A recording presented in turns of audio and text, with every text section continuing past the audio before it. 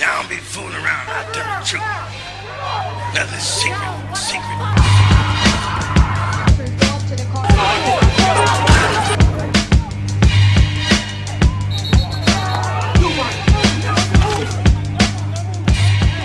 There is a connection between every institution grown out of this country and white supremacy, the nation as a whole, including its laws and its institutions. What you have is a tension between nationalism and globalism.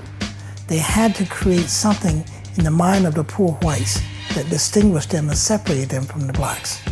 And that's where you developed what I call, and James Baldwin called, the religion of whiteness. The police that answer to the politics of that community are going to be driven by the economics of that community because economics and politics overlap. You know why I wanted to be a politician in a time when we disenfranchised? Because of power.